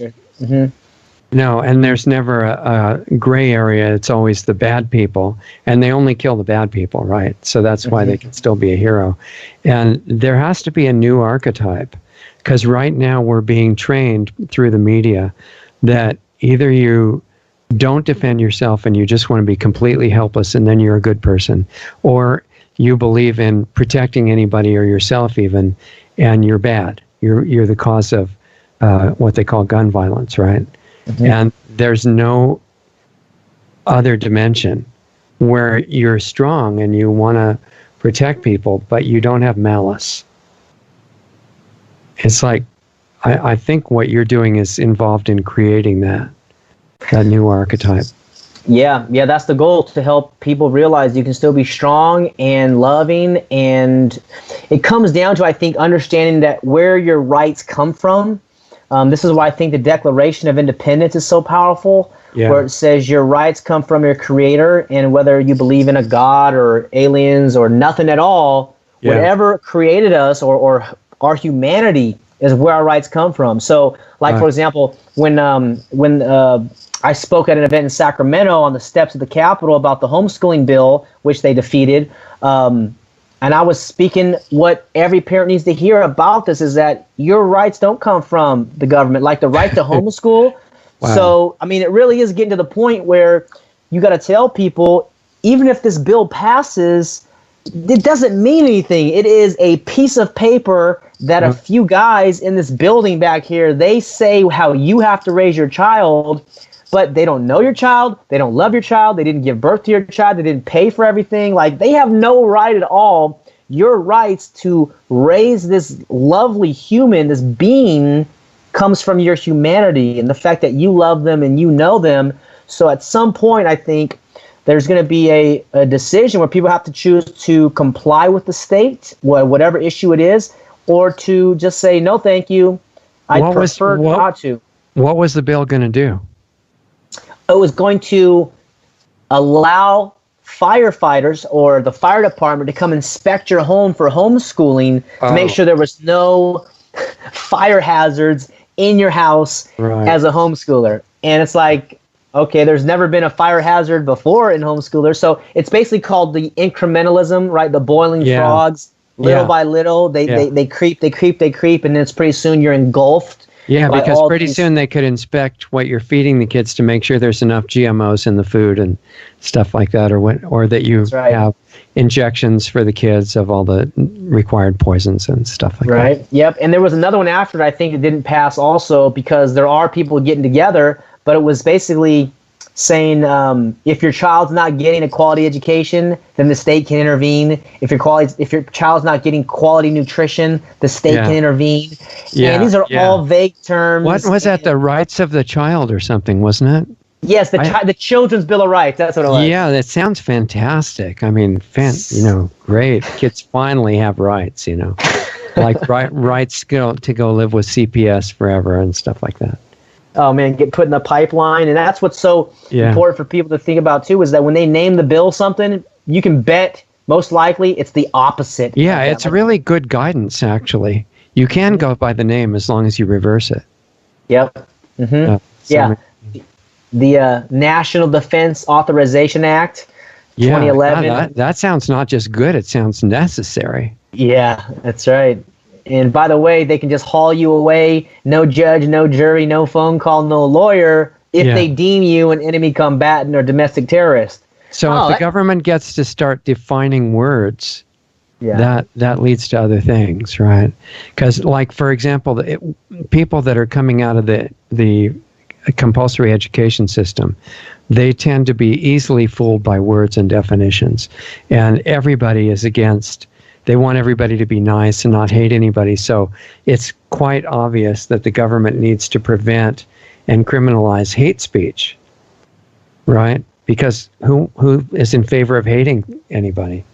And the problem with that is that as soon as they define what the hate speech is, it's everything that forms dissent to the current policy, right? That was done in the Soviet Union a lot.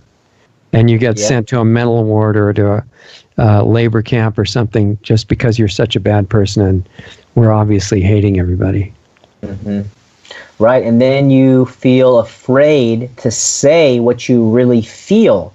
You feel afraid to speak the truth, so then you can't communicate because you aren't speaking the truth, nobody's hearing the truth, everybody's in fear, and then they can just pick off people. And I think that's why the political correctness is such an alarming part of society right now. Like, you should say whatever the fuck you want, excuse me, and whether it offends people or not, we have to express ourselves. We have to say it so that people can, be offended or not. Like, you have a right to speak. Your voice matters. You have a life. It matters. And if you feel something, then you can say it. But, you want to be respectful for humans, but of course not making threats or libeling or slandering people. Right. But that's what we're talking about. We're talking about like gender pronouns. You can be arrested in California, I think, for using the wrong ones. They're leading the way in that area. But the free market is not just money; it's ideas too, right? So, and it's speech. So there's no free market if there's words that you can't say, ideas that you can't talk about, and which is exactly where it's going. I mean, what used to be Europe and England are ahead of us this way, just like California is leading the nation, but they're putting people in jail for using the wrong words now commonly and talking about ideas that you're not allowed to talk about.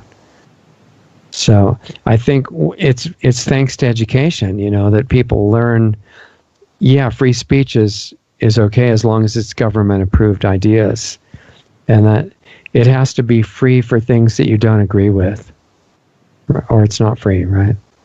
That's right. Yeah, the government says you can play in this little box right here, Richard, but if you get outside of this box, now you're a bad guy, you're an evil person, and so we have to take you away or lock you up. But it's like, I didn't make any threats. What I'm talking about is a world where people just engage voluntarily. Oh, you're talking about anarchy and chaos. No, we just don't want to be ruled. We don't want to be ruled by you. And I think that's why the term has been demonized so much, because it is their kryptonite. And once the people realize we're just humans, and if you've traveled much, which I think you may have, I've traveled a little bit, but everywhere I go, people are pretty nice. Of course there's some mean people, but people are generally friendly. They're not trying to force me to do stuff. And it's normally the government agents who pull me over and try to take my money and give me citations and say I got to get permission to travel and all these things. Like, private people pretty much leave us alone.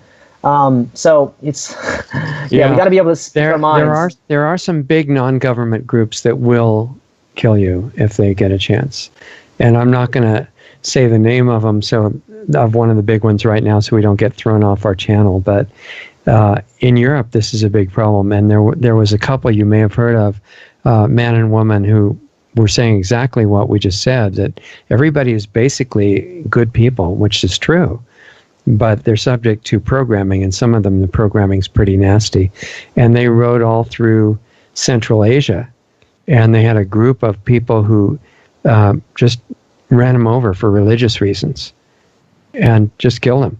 And there are, aspects like that in the current world where it's not everybody being nice to each other. And so I really think it's important, in order to give this voluntarism a good chance, to look at all these practical challenges and come up with ways creatively to deal with them. Mainly protecting people that don't have any defense. Right. Yeah, I think everything is going to go towards a decentralized type solution. And rather than say, hey, everybody's got to do it this way, I think as a free society, as free people, we just do it our way and do it in a way that's demonstrative to other people, say this is how it works, and then kind of go from there. But I learned a while back, and always relearning, I can't change people, right? I can care for people, I can love people, I can demonstrate and be a model, but I can't say, hey, live your life this way, because we all have our human nature, and so people seem to be most influenced by a model, by an example. Right, and so you can change people, just not by force, because whoever you are is changing people because they're influenced by you. Right. And it also strikes me that, you were talking about the rights coming from God or from nature, or whatever you believe, but they belong to you. They're not a gift from the government. Well, if that's true, and I think it is, that means a few things. It means it doesn't matter if your country has a Declaration of Independence. If you're living in a communist country or some other type of tyranny where they tell you everything you can and can't do, you actually have the same rights as a country that recognizes your freedom. And it also means, people have said the Constitution only prevents government from going against it. That's really not true if the Declaration of Independence is included. Because if everybody has rights for these freedoms that you're born with, then nobody can really legitimately trespass on those, right? 100%. And this not is just why government. That's Companies, corporations, Right. My right to my person, my right to my privacy is something that's mine. And I was born this way. It's not something that somebody gave me. And this is why, like flying with the TSA and going to the airport, and, I'll tell these guys, I opt out every time. I don't go to the body scanner, and then they pat me down. I'm getting pat down, and I say, there's other ways to make money, man. You don't have to violate people's privacy rights to make money. And I try to be nice and humane to them, but it's like, these people are rubbing my genitals because they are thinking they're protecting freedom, but I got to let them know you're violating me right now. Like, this is not okay. And they say, well, you can go out the gate over there. You don't have to fly. It's a privilege to fly. Right. any kind of traveling. In fact, that's what they did with driving, because originally, and you probably know all about this, but there were no driver's license originally required when people started operating vehicles. And they defined a term called driving, which was actually a commercial use of the highways. And they made a license for that and then told everybody else, you're all driving. But actually they weren't. It's just twisting words like that. Yeah, I did hear about that. And I did try to, consider going down that route to do that. I heard of another guy who put on his license plate, not for hire. And when he gets pulled over, they say, well, your driver's license, I'm not driving. You're not? I'm traveling in my car. Yeah. Oh. See, he's right, but you have to choose where you want to put your time. Because if you're going to get pulled over and have to explain that every 20 minutes, and you can't live the rest of your life, practically, which way do you want to go? That's right. You know, it's tricky because idealistic people want to say, wait, I just found out the whole driver's license thing is a scam. But then if they get into it, they have to give up the rest of their life to deal with it. That's right. Yeah. I just tried to defeat this speeding ticket recently and use the techniques that Mark Stevens talks about on YouTube. And he does get some successful results and some not. Yeah. But it was interesting because every time I pay the fine, $300 or $400 or $500, okay, you steal my money and okay. But I was like, I'm going to try this. I'm starting to get to the point where I'm like, I want to see these guys really just expose the violence and coercion that they are. And so I did. And the question which he teaches you to ask is, where is the evidence that your Constitution and laws apply to me? And they say, oh, well, they apply because we say they apply. Right. And it's like, okay, well, that's an assertion, but do you have any evidence? And so the cop was there and I asked him and he didn't have any evidence. And the judge is, of course, on the cop's side. And ultimately he just said, I know we have jurisdiction in this case, is what he said. And I said, okay, great, but do you have any evidence here? No, you don't. As Lysander Spooner talks about, is that if a government was legitimate, then they would have, signed, sealed, delivered, approved, and recognized documents. But this is just like you and me and, 50 guys getting together and saying, okay, Richard, what do you think the rules should be for, all this hundreds of millions of people? All these what the rules should be. Okay, you guys agree? Yep. Okay, we signed. Okay, all you guys are bound by these laws that we just agreed to. It's like, that's what you agreed to. That's not the consent of the governed. Yeah. So it's liberating to realize these things. And so I lost. I got to pay this money in fines, but I think there will be a way around it. But just seeing basically the velvet glove come off the iron fist to see, there's nice people in the government, but these guys, when it comes down to it, they know what they're doing. At least the judge did, because he was stumbling around and couldn't do anything. And I was starting to get a little bit directly conversational in the courtroom. And then the bailiff says, you better cut it out or I'm going to handcuff you or arrest you. And I was like, all right, I'll ease up. But I had to let you guys know, like, you got the gun. There's a cop behind me who's got the gun. You guys got the power. I just want to let you know I know that. I see that. I'm not going to try to, go too far up the line. I want to live. I have a life to live. But you guys are the coercive ones. You guys are the bullies, not me, because I went 80 miles per hour in a 65 zone that you just arbitrarily said was the law, where in Germany there's like roads that have no speed limit and they have no problem, with accidents over there. Exactly. Yeah, that's pretty interesting. I think ultimately you're going to have to change the consciousness of the people within the system. And it's like what we said a minute ago. You can't do that by just telling them to change. But the power of who you are, I think it actually has the ability to do that. I guess we'll find out. Yeah. Right. Yeah. But I think all these things are kind of being addressed by your academy work, and also you're cooperating with Anarchapulco, right, for this meeting to encourage people to be creative. If people want to get involved in either of those things, what do they do?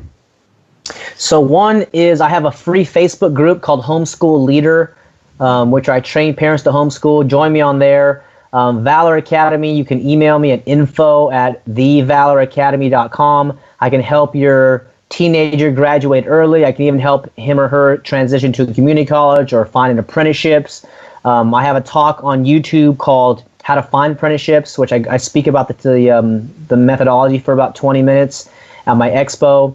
And then for Narcapoco, what I can offer you is you can get 10% off the tickets. If you use the code VALOR, VALOR, you'll get 10% off.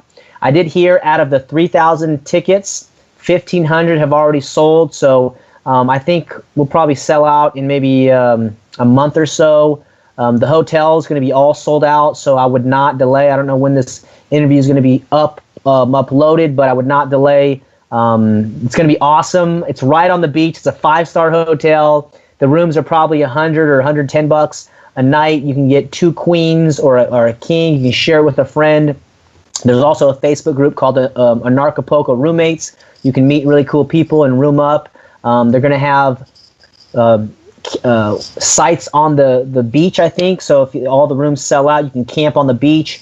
But it's just a lovely place, and I would recommend anybody who's interested in freedom, in cryptocurrency, and having a good time, and actually finding solutions to these problems. Because, Richard and I just talked for, an hour or two, but imagine 3 days, 4 days, 5 days. I'm hoping to go down for a week or two, maybe longer, so I can be there. I feel more free in Acapulco.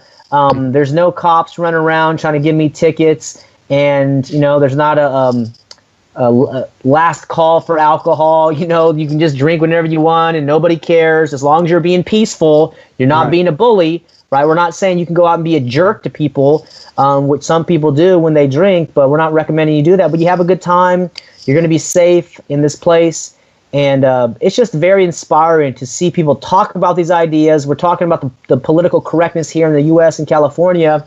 Imagine a place where you don't have to worry about that. You can actually express the feelings that you have, the ideas, the fears, maybe some business ideas. Maybe you want to find a collaboration with a coder or a marketer down there. It's going to be an epic event. It really is. So I hope everybody listening to this comes and checks it out. It's going to be really fun, and those are some ways to get in contact with me. And yeah, I also should mention, this is the book that I published with John Taylor Gatto. I was the editor and publisher of that one. This is volume 1. I got Ron Paul on the foreword, and we go through. He has 10 new essays in this book. Let's say the complete title for the radio people who may not be able to see that. The Underground History of American Education. Okay. Volume 1, subtitle, An Intimate Investigation into the Prison of Modern Schooling. And this is the book that's been out of print for 15 years, and we just got it out last year. Wow. And really exciting, great information in there. Check out John Taylor Gatto's YouTube channel as well. He's on Twitter at Real John Gatto. I'm on Twitter at Principal DJR. It's Principal David James Rodriguez. On Instagram, The David James Rodriguez. And reach out to conversation. We all have a lot of unlearning to do, including myself. There's deep programming. However, if you connect with people, as you and I have, Richard, really enjoyed the conversation, and people in your audience, and people in Narcapoco, people at other events, share the ideas and realize there's other people who realize the funny world we're living in, the matrix of coercion and force, and there are solutions out there. So hopefully together we can build them, inspire the young generation to help build and lead us, so that when we're old and 120 years old or however old we make it, that we'll be confident in the next generation to spread peace, freedom, and love. And Acapulco is also going to be talking, some people down there will be talking about unschooling, right? Yep. The producer is Dana Martin down there, and I'm in communication with her about having a workshop. I think the workshop's going to be called Raising Free Children or Raising Free Kids, something like this. And we'll be talking about the unschooling and talking about the apprenticeship model and the holistic view. And I don't know if I mentioned it, but homeschooling, unschooling, it's like a lifestyle, So it's not like something you do from 8 a.m. to 3 p.m. It's like a way of living, a way of being. And as Dana says, everyone's needs matter. So whatever the problem you're facing in your family, hey, I have this concern, I have this need, and you have this concern and this need. So how can we work together? Because it's not like I'm the adult and you're the kid and I'm superior. you're equal with me. We are humans. I just have to be a little bit older, but it doesn't matter. Your needs matter too. So, yeah, she'll be talking about that. Ron Paul will be down there, Judge Andrew Napolitano, David Icke, Cynthia McKinney. Yeah, a lot of big names, and so that's why it's going to sell out here. So, David Icke, Ron Paul, who else did you say? Judge Andrew Napolitano. Oh, yeah, right.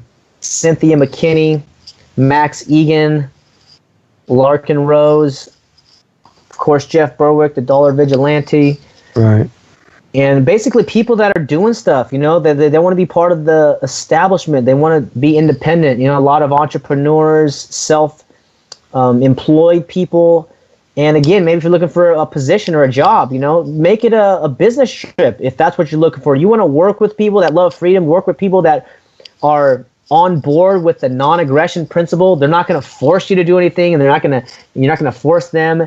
I mean, this is exciting. I really enjoy working with these kind of people because we can really level up and have a great conversation as you and I did. Like, we really got to find solutions, and I don't have all the ideas. So I got to learn from people like you and help get the message out there. So it's been a really great time to connect with you and share some of these ideas with your audience. What's the structure down there? You said like 5 days or so, right, for the whole thing? It's February 14th to the 17th.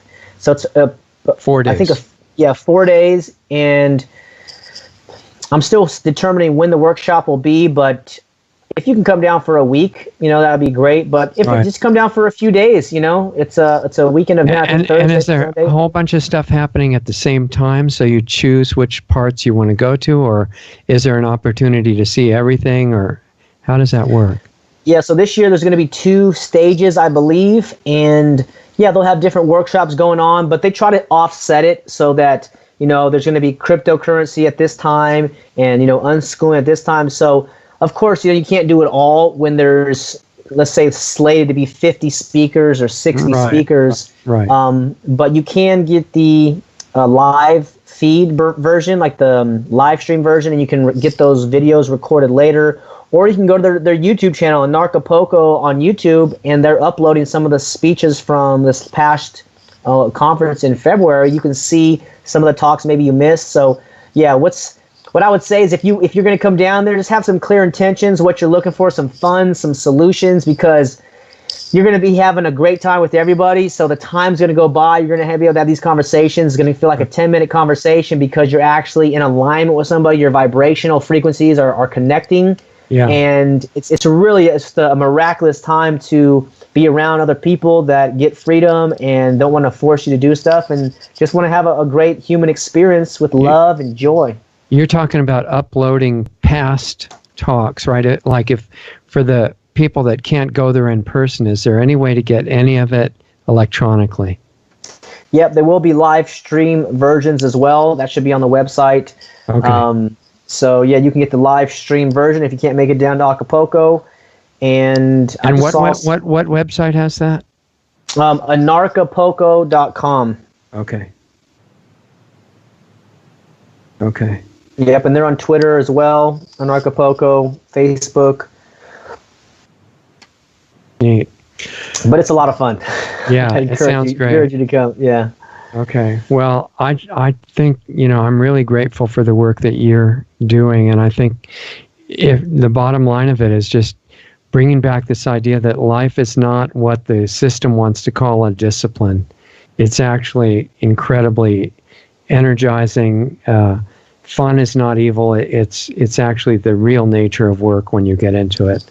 And there's unlimited possibilities that all of us are supposed to be creating. So anyway. I agree. Let's tap into the untapped potential and see what we can create today, next week, next year, and use technology to accelerate that and document it so that people behind us can, step on our shoulders and take it to the next level also. Exactly. Okay. Well, let's stay in touch. That was a great discussion, and I hope everybody will go to the sites and stay in touch with what you want to do as well. Absolutely. Thanks for the opportunity, Richard. Yeah, we'll stay in touch, and we'll do it again, I hope. Yeah, we will. And I'll be in touch with you shortly. Okay, sounds great. All right. See ya. Thanks. Bye, everyone. Bye. See ya.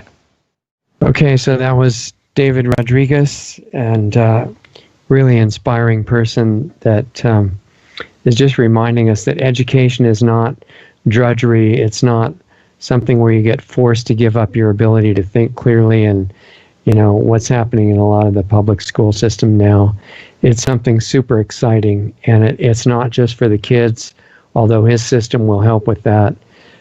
There's a lot of great homeschool teachers now. There's Dana Martin's work to become aware of, and I think she's easily found on YouTube and other parts of the internet.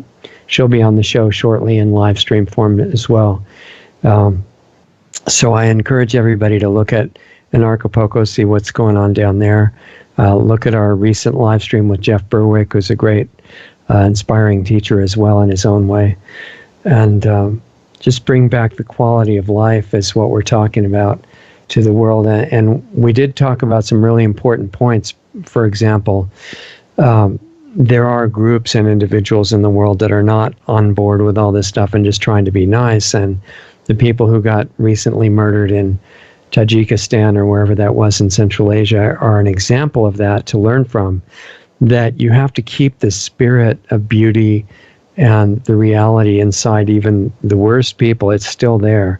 But be conscious and aware, and defensive awareness does not ruin the enjoyment of the beauty that everybody actually is. And my interest is in changing even the people who want to destroy things and give them some different ideas in a more positive direction. And the only way I see that we can do that is by becoming what we really are, which is exactly what David's talking about. And if we do that, we're going to influence everybody, including the people that we can't even talk to directly. This is more powerful than that. So I really encourage you to follow your own education, starting immediately from a really magical, fun, exciting way, and energizing way. Even if you're stuck doing things that you don't necessarily like those things to do, put a different attitude in it. It changes the whole thing completely, immediately. Even helps your physical body. And we'll keep putting the free videos up on the various platforms as long as we can. Check out lostartsradio.com if you're already not familiar with the site. And if we get kicked off of some platforms, that'll tell where we still are, including Real.video and others. We'll keep that updated. And if you're interested in the club where we're working on more personal stuff and working on yourself and specific kind of support group environment, you can check that out at lostartsradio.com/club.